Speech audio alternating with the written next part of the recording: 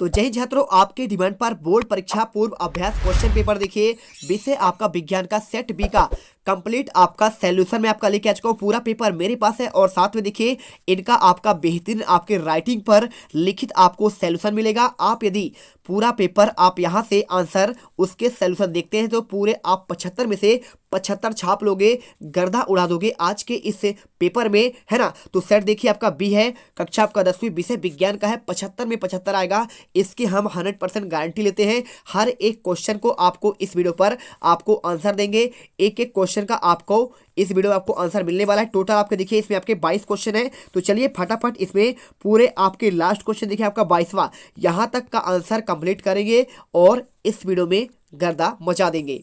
क्या बात है सर, क्या बात है सर, क्या बात, ये बात है। अरे सर क्या बात। सबसे पहले आपका ये देखिए यहां से आपका आता है सही विकल्प वाले क्वेश्चन। तो सही विकल्प वाले क्वेश्चन आपको कैसे करना है, ठीक है। चलिए क्वेश्चन नंबर 1 देखिए, सही विकल्प के क्वेश्चन आपके 8 क्वेश्चन है। ये सभी क्वेश्चन आपको मैंने पढ़ा ही दिया है। तो इनके आंसर देखिए आपको यहाँ पे आंसर पूरे आपके यहाँ पे टोटल आपके 8 क्वेश्चन है और इनका आंसर देखिए प्रॉपर आपको यहाँ पे ये आपको देखने को मिल जाएगा। तो पहले का आंसर देखिए आपको यहाँ पे ये लिखा गया है। पहला देखिए क्या लिखा है, विस्थापन पहले का आंसर, दूसरे का ब्रोमीन, तीसरे का आपका साइनेप्स, चौथे का आपका राइजोपस, पांचवे का आंसर गुणसूत्रों द्वारा, छठा आपका दर्पण के ध्रुव और मुख्य फोकस के बीच, सातवें का आंसर उत्तल लेंस और आठवें का आंसर आपका ओम होगा।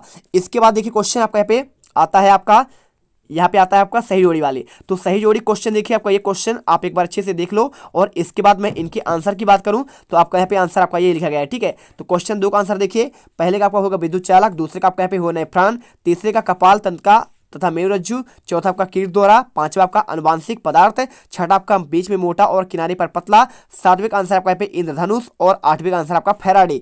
इसके बाद देखिए आपका यहाँ पे आता है तीसरा क्वेश्चन आपका यहाँ पे आता है रिक्त स्थान। तो ये क्वेश्चन है और अगर मैं इनके आंसर की बात करूं तो एक एक करके आपको आंसर आपको ये मिल जाएंगे। पहले का देखिए आपका रासायनिक अपक्रिया, दूसरा का आपका अम्लीय, तीसरा का आपका यहाँ पे मनुष्य में आपका लैंगिक जनन होता है और यहाँ पे आपका दर्पण में आपका 1 से कम आवर्धन होता है और आपका यहाँ पे बोल्ट होता है विभवांतर का मात्रक और आपका यहाँ पे प्रतिच्छेद हो जाएगा और आपका यहाँ पे क्या है स्थानांतरण के लिए आपको यहाँ पे 10% का आपका नियम। तो आप आंसर कर लो। इसके बाद देखिए क्वेश्चन आता है आपका यहाँ पे चौथा, एक वाक्य में उत्तर लिखिए। तो देखिए आपका पे 7 नंबर क्वेश्चन है, कैसे करेंगे। पहले लिखा है अम्ल एवं क्षार की अभिक्रिया से बनने वाले उत्पाद के आपको नाम लिखना है और इसके बाद किसी धातु को छोड़कर अन्य सभी धातुएं कमरे के तापमान पर ठोस अवस्था में पाई जाती हैं। तो अगर मैं आपको इनके आंसर दूं तो सबसे पहले देखिए आपका यहाँ पे अम्ल और क्षार की अभिक्रिया से बनने वाले उत्पाद के नाम, तो आपका आंसर आपको यहाँ पे ये लिखा रहेगा, ठीक है। तो पहला आपका होगा लवण और आपका यहाँ पे क्या होता है जल, आप यहाँ पे जल कर दीजिएगा। और इसके बाद देखिए दूसरा क्वेश्चन देखिए आपको यहाँ पे लिखा गया है कि किस धातु को छोड़कर अन्य सभी धातुएं कमरे के तापमान पर आपका ठोस अवस्था में पाई जाती है। तो आपको आंसर यहाँ पे आपको पारा करना पड़ेगा। इसके बाद क्वेश्चन देखिए आपको यहाँ पे क्वेश्चन लिखा है तीसरा, वसा के पाचन के लिए कौन सा एंजाइम उत्तरदायी होता है। तो आपको यहाँ पे इंसुलिन करना पड़ेगा। इसके बाद देखिए चौथा, किस हार्मोन की कमी से मधुमेह एक होता है। आपको आंसर देखिए यहाँ पे आपका इंसुलिन की कमी के कारण और आपका यहाँ पे चौथा, ठीक है। तो चौथा आपका यहाँ पे क्या होगा, आपका यहाँ पे इंसुलिन और तीसरे में आपको देखिए आपको यहाँ पे लाइपेज होगा, ठीक है। यहाँ पे आपका इंसुलिन इसमें नहीं होगा, आपका लाइपेज एंजाइम होगा वसा को पाचन के लिए। जब आप क्या करते हैं जीभ को यहाँ पे आप यहाँ पे चलाते हैं। इसके बाद देखिए क्वेश्चन 5वां, परागकोश से परागकणों के वर्तकाल में पहुंचने की घटना क्या कहलाती है। तो आपको कहलाता है परागण कहलाता है। और दर्पण सूत्र क्या है, तो 1/F बराबर 1/V प्लस 1/U होता है। और विभवांतर विद्युत धारा और प्रतिरोध में संबंध क्या होता है, V बराबर आपका यहाँ पे IR होता है, ठीक है। चलिए अगर मैं इनके आंसर की बात करूं तो सभी क्वेश्चन आप एक बार अच्छे से देख लो। पूरे आपके 7 क्वेश्चन है और 7 के आंसर आपको देखिए आपको यहाँ पे ये मिल जाएगा। देखिए यहाँ पे यह पहला का आंसर आपका पारा, दूसरा आपका लाइपेज, पहला आपका लवण और जल है, दूसरा आपका पारा, तीसरा आपका लाइपेज, चौथा आपका इंसुलिन, पांचवें का आंसर परागण, छठे का आंसर आपका ये हो जाएगा दर्पण सूत्र और आपका यहाँ पे संबंध है किसमें, विद्युत धारा और आपका यहाँ पे विभवांतर और आपका प्रतिरोध में, ठीक है। तो आप ये कर लो आंसर। और इसके बाद क्वेश्चन आपका यहाँ पे देखिए आता है क्वेश्चन 5वां, संयोजन अभिक्रिया को आपका पे उदाहरण सहित आपको समझाना है। और इसके बाद अथवा क्वेश्चन अपघटन या फिर वियोजन में आप क्या समझते हैं, इसके आंसर आपको देना है। तो अगर मैं आंसर करूं संयोजन का क्या है, ठीक है। तो देखिए संयोजन का आपको आंसर आपको यहाँ पे ये मिल जाएगा। आप एक एक करके आंसर देखते जाइए, संयोजन अपक्रिया को समझाइए। तो आप उत्तर, जिस अपक्रिया में 2 या 2 से अधिक पदार्थ अभिकारक और किसी एक का उत्पाद निर्माण करते हैं उसे संयोजन अपक्रिया कहते हैं। उदाहरण, जब कली चूना और जल आपस में अपक्रिया करते हैं तो बूझे चूने का निर्माण होता है। और इसके बाद क्वेश्चन देखिए आपके 6ठा नंबर। तो 6ठा नंबर क्वेश्चन अगर मैं देखूं तो आपको यहाँ पे क्वेश्चन देखिए आपको ये मिलेगा आपका देखिए लिखा है भर्जन किसे कहते हैं और आपका निस्थापन। तो दो में से आपको एक का आंसर जो आपको अच्छा लगे आप लिख सकते हैं। अगर मैं इसमें आंसर की बात करूं तो आपको यहाँ पे भर्जन के बारे में आपको आंसर बता देता हूँ। रसायन शास्त्र की वह रासायनिक क्रिया जिसमें अयस्क हवा की उपस्थिति में उसके गलनांक से नीचे के ताप पर गर्म किए जाते हैं भर्जन कहलाता है। और इस क्रिया को करने के दौरान सल्फर और आर्सेनिक जैसे तत्व भाप बनकर अशुद्ध ऑक्साइड के रूप में अलग हो जाते हैं। उदाहरण के लिए आपका पे देखिए क्या लिखा है S+O2 आपका यहाँ पे SO2 बन जाएगा। इसके बाद देखिए आपको अथवा क्वेश्चन तो करना है नहीं। और इसके बाद आपका 7वां क्वेश्चन आता है इसमें समवायता। ठीक है क्या लिखा देखिए क्वेश्चन आपका लिखा है समवायता से आप क्या समझते हैं उदाहरण देकर बताइए। तो बेकार्बनिक यौगिक जिनके अणुसूत्र समान होते हैं और लेकिन भौतिक और शारीरिक गुण आपके यहाँ पे भिन्न भिन्न होते हैं समावयवी कहलाते हैं तथा ऐसी घटना को समवायवता कहते हैं। ठीक है चलिए अथवा क्वेश्चन आपका यहाँ पे ये वाला था रचनात्मक समवायवता क्या है। तो आप इसे अपने से कर लीजिए। करना आप दो में से एक ही करना है। तो आपको ये वाला चाहे तो कर लो चाहे वो वाला कर लो। इसके बाद आपका क्वेश्चन देखिए आपका यहाँ पे आता है 8वां आता है स्वपोषी पोषण और आपको विषम पोषी पोषण की आपको परिभाषा बतानी है। तो लेकिए आपको मैं यहाँ पे आपको उत्तर सहित आपको लिखित आंसर लेके आया हूँ। यहाँ पे स्वपोषी जो पौधे अपना जीवन स्वयं बनाते हैं उन्हें स्वपोषी कहते हैं। उदाहरण आपका यहाँ पे हो जाएगा हरे पौधे है ना।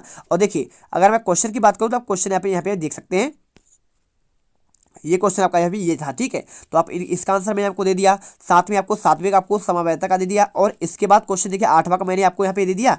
और इसके बाद देखिए क्वेश्चन आपका आता है यहाँ पे 9 नंबर लैंगिक जनन किसे कहते हैं या फिर आपका अलैंगिक जनन। ठीक है तो चलिए आपको यहाँ पे आंसर इसका दिखा देते हैं। तो इसका आंसर देखिए आपको यहाँ पे आपका ये मिल जाएगा। आपको मैंने 8वें का आंसर दिया। और विषम पोषी के बारे में देखिए स्वपोषी आपका हो गया था।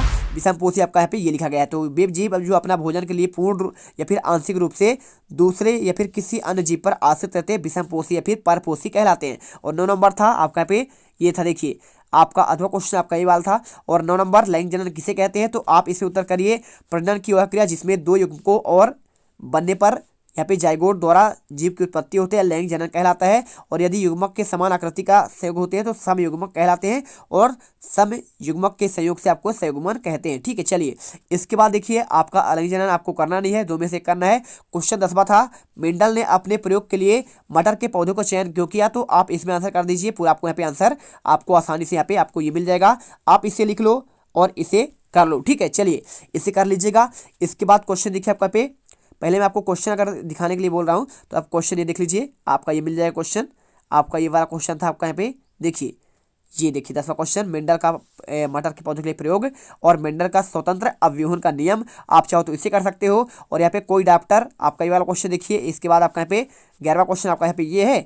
और इसके बाद पहले क्वेश्चन देख लीजिए एक बार हम फिर इसके बाद आपको आराम से उत्तर दिखाते हैं। ठीक है इसके बाद देखिए क्वेश्चन आपको यहाँ पे लिखा गया है अपवर्तनांक किसे कहते हैं 12वां क्वेश्चन। और निरपेक्ष अपवर्तनांक से आप क्या समझते हैं। और इसके बाद घरेलू विद्युत परिपथ में पासार उपकरणों का संयोजन क्या है। और फ्यूज तार किस प्रकार से विद्युत उपकरणों को नष्ट होने से बचाता है। और इसके बाद क्वेश्चन देखिए 14वां लिखा है चुंबकीय क्षेत्र के पास ले जाने पर दिक्सूचक की आपको विक्षेपित क्यों नहीं होती है। और दो चुंबकीय क्षेत्र रेखाएं एक दूसरे को प्रतिच्छेद क्यों नहीं करती हैं। और दिश धारा के 3 आपको स्रोतों के नाम और कुछ ऐसी युक्तियों के नाम जिनमें आपका विद्युत मोटर उपयोग किए जाते हैं। और 16वां लिखा है यहाँ पे ओजोन परत आपका क्या है या किस प्रकार से अपक्षयित हो रही है या फिर आपका अम्ल वर्षा। ठीक है चलिए एक एक करके आपको यहाँ पे आंसर आपको दिखाते हैं। तो आपको आंसर देखिए आपको यहाँ पे मैंने दिखा दिया था क्वेश्चन 10 तक का आंसर।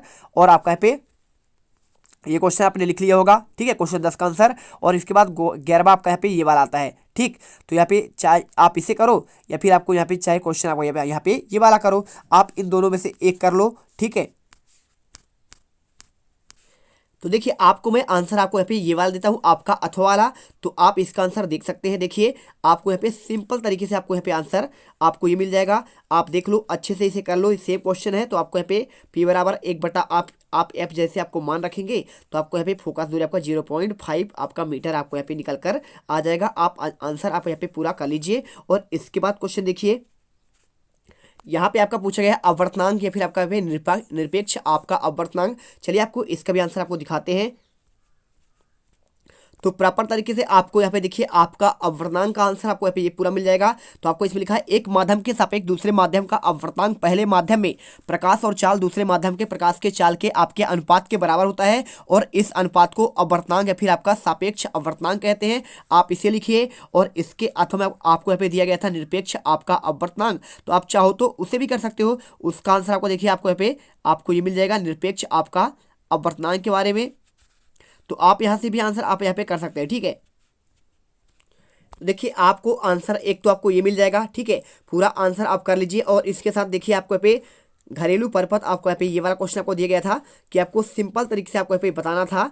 आपको देखिए ये वाला क्वेश्चन, ठीक है, तो आप इसका भी आंसर कर सकते हैं।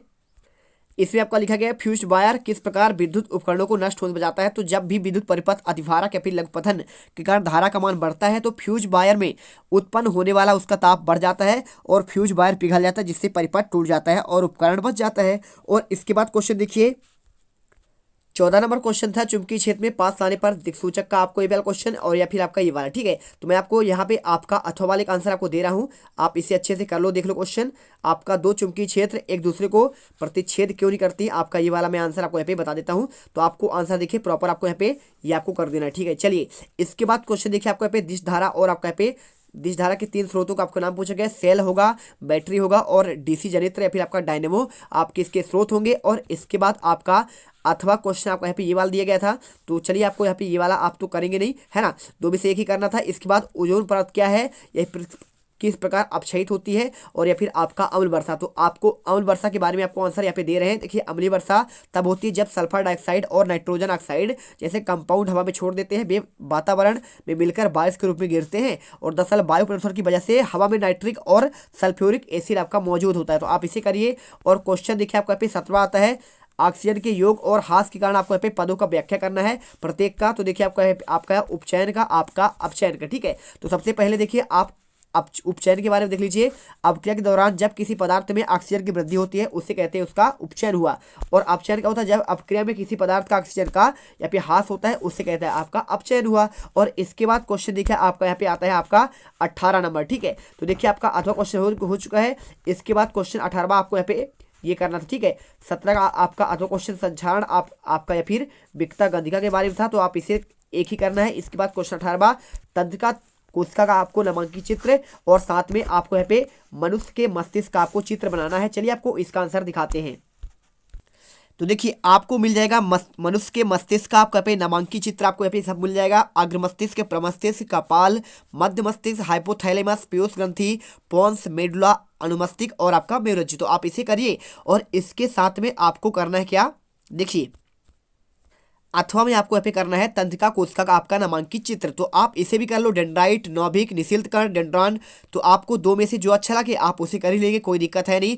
तंत्रिका कोशिका का आपका यहाँ पे ये क्वेश्चन आपको मिल गया है ना। अगर मैं बात करूँ पेपर का, तो पेपर में देखिए आपका अगला क्वेश्चन क्या दिया गया है, आपको इसमें दिया है क्वेश्चन आपका 19वां क्वेश्चन आपको मानव नेत्र का या फिर आपको यहाँ पे प्रिज्म का आपको यहाँ पे आंसर करना है, चित्र बनाना है, ठीक है। तो चलिए आपको यहाँ पे बताते हैं क्या होता है जब सूर्य प्रकाश के यहाँ पे प्रिज्म से गुजरता है, ठीक है। तो आपका यहाँ पे क्या होगा, वर्ण विक्षेपण होगा। तो देखिए सबसे पहले आपको मानव नेत्र का नामांकित चित्र की बात कर रहा है, तो आप इसमें आंसर आप ये वाला करेंगे। रक्तक पटल, पीत बिंदु, काचाभ, अंध बिंदु, रेटिना और या फिर आइरिस, नेत्रलंस, पुतनी, कॉर्निया, जली द्रव, दृष्टि पटल, आपको ये चित्र बनाना है। साथ में अगर अथवा वाला करना चाहते हैं तो आपको यहाँ पे आप श्वेत प्रश्न से गुजारेंगे, क्या होगा देखिए यहाँ पे लिखा है ना, सूर्य प्रकाश को प्रिज्म से गुजारने पर निर्गत किरणों द्वारा आपका 7 रंगों का समूह आपका वर्णक्रम कहते हैं। आपको यहाँ पे 7 रंग का बनता है, आपको ये चित्र भी बनाना पड़ेगा। इसके बाद आपका क्वेश्चन आता है देखिए यहाँ पे आपका 20वां। तो 20वां क्वेश्चन देखिए आपको यहाँ पे दो में से आपको एक करना पड़ेगा।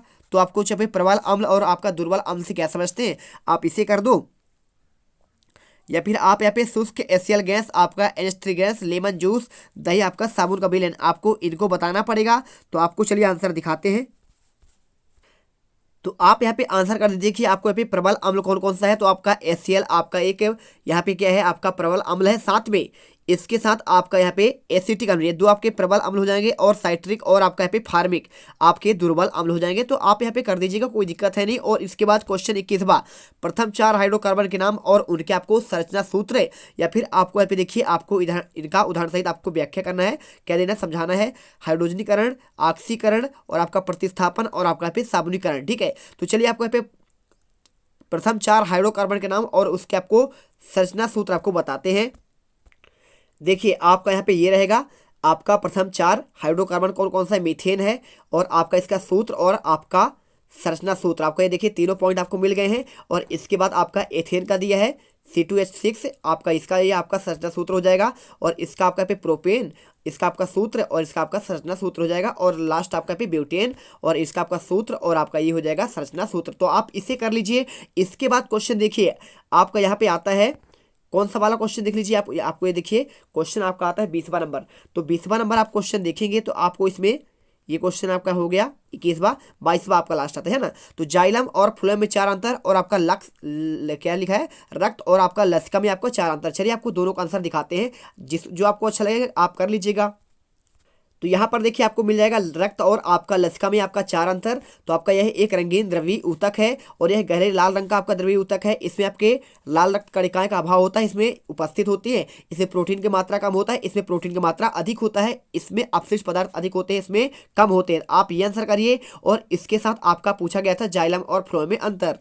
तो ये रहा आपका इसका आंसर। आप यहाँ पे जाइलम और फ्लोएम में अंतर कर लीजिए प्रॉपर। आपको देखिए आपको यहाँ पे मिल जाएंगे 4 नंबर आपको इसमें मिलेंगे। तो चलिए कर लीजिए यहाँ पे आपका प्रॉपर। हम आपको देखिए A to Z आंसर इस वीडियो के माध्यम से आपको 22 तक का आंसर आपको दे दिया गया है। 22 ही क्वेश्चन है, इसके बाद आपके कोई क्वेश्चन है नहीं। तो एक एक क्वेश्चन आपने देखने के बाद आई होप आपको वीडियो पसंद आया होगा। यदि आपको वीडियो पसंद आया है, वीडियो को दिल से लाइक करिए, और साथ में आपको सब्सक्राइब कर लेना चैनल को, और दिल से वीडियो को लाइक करिए, सब्सक्राइब करिए, और गर्दा मचा दीजिए। पूरे 75 में से 75 आप यहाँ पे छाप लीजिए। ठीक है, मिलते हैं नेक्स्ट वीडियो पर। जय हिंद, जय भारत। और वो जो लाल वाला बटन है उस पे भूकंप लेके आओ या फिर भूचाल, मुझे नहीं पता, बस क्लिक हो जाना चाहिए।